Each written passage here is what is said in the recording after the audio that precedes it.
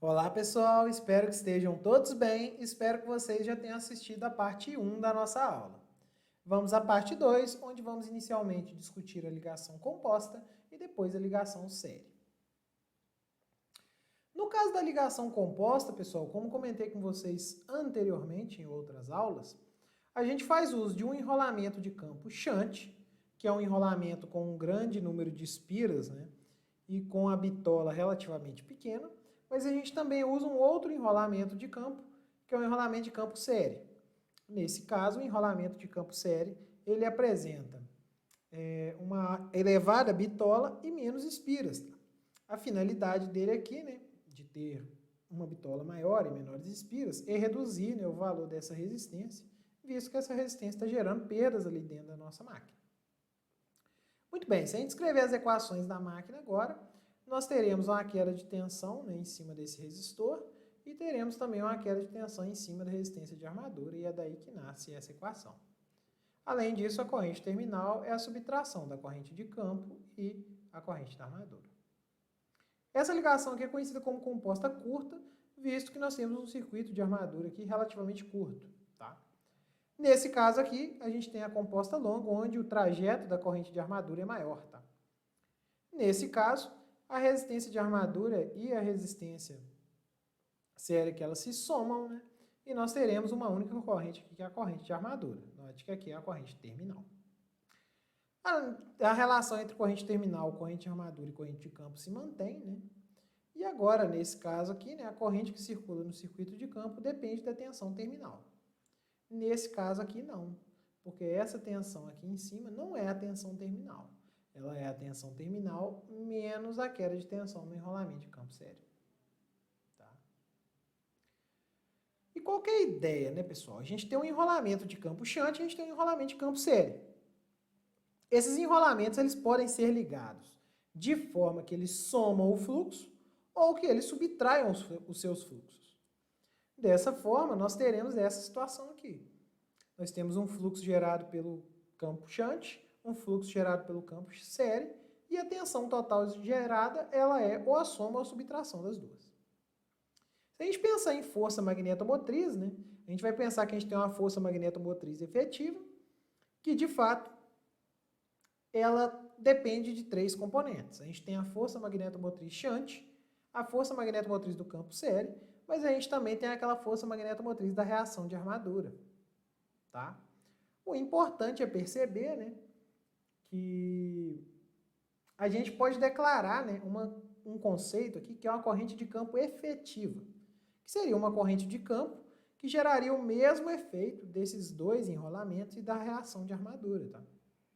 O que é legal perceber? É legal perceber, né, que dependendo do jeito que a gente liga o enrolamento, a gente pode ter uma corrente efetiva maior ou menor do que a corrente de campo que está sendo aplicada na máquina. Menor, ela naturalmente já é por causa da reação de armadura. Esse termo aqui, ele pode compensar essa corrente de reação de armadura. Nesse caso, nós teríamos aqui uma corrente efetiva igual à corrente de campo que a gente está colocando. É como se a gente eliminasse, né, o nosso enfraquecimento de campo gerado pela reação de armadura. Mas também a gente vai ver que existem algumas aplicações que a gente enfraquece ainda mais o campo. Então, a corrente de campo fica menor, efetiva fica muito menor do que a corrente de campo que a gente está aplicando na nossa máquina. Tá? E no que isso muda? Tá? Isso muda, pessoal, diretamente naquela característica de tensão da máquina. Tá? Então, aqui a gente tem em vermelho a característica da máquina shunt, que a gente viu na aula anterior, na parte 1 da nossa aula, né? E aqui, dependendo do número de espiras que a gente coloca, tá, nesse enrolamento, que é o enrolamento de campo série, em relação, né, ao número de espiras que a gente tem no enrolamento de campo shunt, essa razão de espiras, nós podemos ter características diferentes das máquinas. Por exemplo, vamos supor que eu vou usar só a polaridade aditiva. Então, os campos vão se somar. Nesse caso, a reação de armadura vai ficar menos evidente e nós teremos uma dessas três possíveis curvas. Tá? Se o nosso circuito de campo, de campo série, ele apresentar um grande número de espiras, a gente acaba obtendo uma característica supercomposta. O que é a característica supercomposta? O meu gerador ele acaba tendo sempre mais tensão do que a tensão nominal. Esse traço aqui está marcando a tensão nominal. Por exemplo, se o gerador for de 100 volts, essa tensão é 100 volts. Se a gente plotar agora, projetar esse número de espiras de forma que exatamente na corrente nominal dê a tensão nominal, aí a gente tem uma máquina conhecida como composta plana. Tá? Essas são as duas aqui mais populares. Tá? Então, ou a supercomposta, que você tem uma sobretensão, então, na verdade, seu gerador ele é de 100 volts, mas ele vai gerar, sei lá, 110, 115 volts. E no caso da composta plana, a gente tem uma tensão um pouco maior, talvez 2, 3% acima, mas no ponto nominal de corrente, nós temos tensão nominal. Então, eu garanto isso com a composta plana. Na subcomposta, é como se o número de espiras não fosse suficiente, tá, para compensar o efeito da reação de armadura. E aí, nesse caso, a gente tem uma melhora em relação a shunt, a tensão fica um pouco maior, mas ainda assim nós temos uma queda clara com o aumento da corrente. E a tensão para a corrente nominal é menor do que a tensão nominal. Tá? Então essas seriam as compostas aditivas. Tá? Na supercomposta, o NF é muito grande. É maior do que o que eu vou chamar de N necessário. No caso da composta plana, o número de espiras do circuito de campo série é igual ao número necessário para compensar a reação de armadura. E na subcomposta, o número de espiras do campo série ele é menor do que o necessário. Tá? Por outro lado, nós podemos utilizar uma máquina composta subtrativa. Então, eu intensifico ainda mais o efeito da reação de armadura. E para que isso serve? Né? No caso, nós vamos ter essa característica aqui. Ó. O que a gente nota? Isso não é uma fonte de tensão, porque a tensão varia muito. Só que note que a variação de corrente não é muito grande. Então, é como se a nossa máquina, numa determinada faixa aqui, ela operasse como uma fonte de corrente.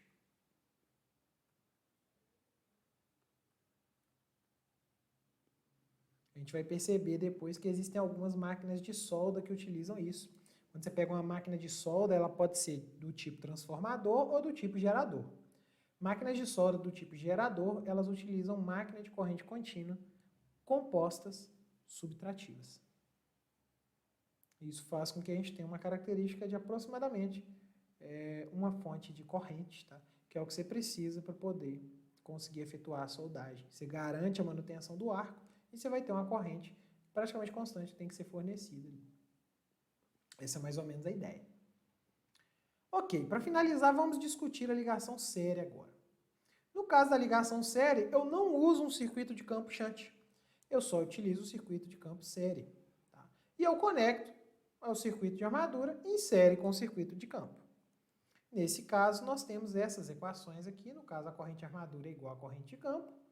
E a tensão terminal vai ser a tensão interna da armadura, menos a queda de tensão na resistência de armadura, menos a queda de tensão na resistência de campo série. Tá? Essa tecnologia que ela vai ser bem interessante porque o nosso gerador ele só vai produzir uma tensão significativa quando tiver carga conectada. Porque se eu não tiver nenhuma carga aqui, não vai ter corrente de campo. Então o gerador não parte. É uma característica interessante dessa máquina. Tá? E como que fica a curva dela, né? Ou a característica de tensão terminal dessa máquina? Bem, aqui nós temos uma curva aqui que mostra pra gente a curva de magnetização da máquina, né? Novamente. Já usamos essa curva para entender a máquina shunt, né?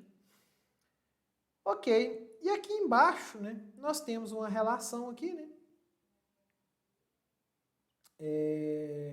Que é basicamente, né, a queda de tensão em cima das resistências. Então, a diferença de potencial desse ponto para esse é basicamente o RA mais o RSR vezes a corrente de armadura. Então, nesse caso, né, se a gente plotar esse gráfico, né, ele vai dar uma reta, né, em relação à corrente de armadura. Né? Aqui é um eixo corrente de armadura e aqui é tensão. A diferença entre o EA e a queda de tensão nas resistências nos dá a tensão terminal. Então, basta subtrair essa curva dessa para poder obter a tensão terminal. Ela vai nos dar esta característica. Então, o gerador tem uma tensão pequena quando a gente não tem carga, e à medida que a gente vai aumentando a carga, né, aumentando a carga no sentido de diminuir a resistência, aumentando a corrente, a gente começa a subir a tensão. Chega uma hora, tá, que a queda de tensão aqui começa a se tornar tão importante que esse gerador faz isso. Tá? E é mais ou menos nessa faixa de operação que o pessoal usa as máquinas de corrente contínua série. Tá? Então, em algumas situações que você precisa de fontes de corrente também, você pode utilizar uma máquina de corrente contínua com ligação série. Então, você vai conseguir uma máquina, uma fonte de corrente de alta corrente. Essa que é a característica. Então, essa é a aplicação. Mas se você for utilizar para alimentar uma carga, por exemplo, gerar um sistema de distribuição em corrente contínua, não serve. Então, uma máquina dessa ela é preparada para operar com carga constante. Agora, se for um sistema para alimentar uma residência ou algo do tipo, você não vai utilizar, né? Porque a tensão não vai ficar constante. Essa que é a ideia. Ok, para finalizar, eu gostaria de apresentar aqui para vocês algumas aplicações, tá, pessoal? Antes disso, eu preciso dizer para vocês que muitas dessas aplicações das máquinas de corrente contínua, elas caíram um pouco em desuso, tá? Porque a partir do momento que se desenvolveu a eletrônica de potência, lá na década de 70 até a década de 80, a gente conseguiu desenvolver várias topologias, né, que permitem, por exemplo, converter corrente alternada em corrente contínua, sem, de fato, precisar de outros aparatos, né, por exemplo, uma máquina rotativa. Tá? Então, em algumas aplicações a gente ainda utiliza essas máquinas, mas o mercado delas caiu muito ao longo do tempo, né? Principalmente porque a gente teve, depois da Batalha das Correntes, a substituição dos sistemas de corrente contínua por sistemas de corrente alternada. Né? Mas, enfim, quando a gente fala dos geradores, tá, de ligação independente, tá, tem muitas aplicações de laboratório, muitos laboratórios que têm esse tipo, né, para realizar aulas práticas. Tá? E existem alguns sistemas antigos de acionamento que também são baseados, tá, em máquinas de corrente contínua com estação independente. Então, existe um sistema de acionamento que a gente vai mencionar ele. Tá? Não existem exemplos práticos desse acionamento mais, ele é um sistema de acionamento de motores, de controle de motores de corrente contínua, muito antigo, quando ainda não existia eletrônica de potência. Tá? Já o gerador autoexcitado tem algumas aplicações. Tá? Então, primeiro seria, se você quisesse fazer uma eletrificação, então você geraria em corrente contínua e alimentaria toda a residência em corrente contínua. Tá? Problema, queda de tensão. Por esse motivo, os geradores compostos, eles acabam, os compostos aditivos, né, os que somam o fluxo, eles acabam competindo e até mesmo substituindo os geradores autoexcitados. Então, por exemplo, se você tem um sistema de transmissão relativamente curto, você pode usar uma máquina composta plana, que a tensão vai ficar bem perto da nominal. Agora, se você tem uma longa distância para esse sistema percorrer, por exemplo, você vai alimentar alguma coisa que é uma avenida, né, e no final dessa avenida vão ter cargas, nesse caso é melhor você utilizar uma máquina que seja composta, supercomposta, porque ela vai ter mais tensão e ela consegue compensar, né, um pouco dessa queda de tensão que vai ter ao longo do sistema de distribuição. Tá? Outra aplicação para os geradores autoexcitados seria uma excitação de geradores síncronos. Tá? Então a gente vai ver que as máquinas síncronas elas precisam de uma alimentação em corrente contínua. E se você pegar as usinas hidrelétricas, por exemplo, do começo dos 1900, 1915 até 1930, essas usinas hidrelétricas, né, elas tinham máquinas, geradores, né, de corrente contínua, tá, para gerar essa excitação de campo para os geradores síncronos. Tá? Então, essa tecnologia foi muito utilizada. Tá? Já em relação às máquinas compostas do tipo subtrativo, elas são utilizadas basicamente em máquinas de solda do tipo gerador. Você precisa de uma corrente constante, é uma fonte de corrente pode ter uma alta capacidade de corrente. Tá? Existe uma outra tecnologia que seria a tecnologia transformador. Aí, nesse caso, você utiliza um pouco de eletrônica de potência para poder obter a corrente contínua necessária para a solda. Tá? Já os geradores série, existiam algumas aplicações, tá? Por exemplo, a estação de campo de locomotivas, tá? E nos primeiros sistemas de iluminação que utilizavam lâmpadas a arco, então as precursoras aí das lâmpadas fluorescentes, né? Foram baseados aí em sistemas com geradores série.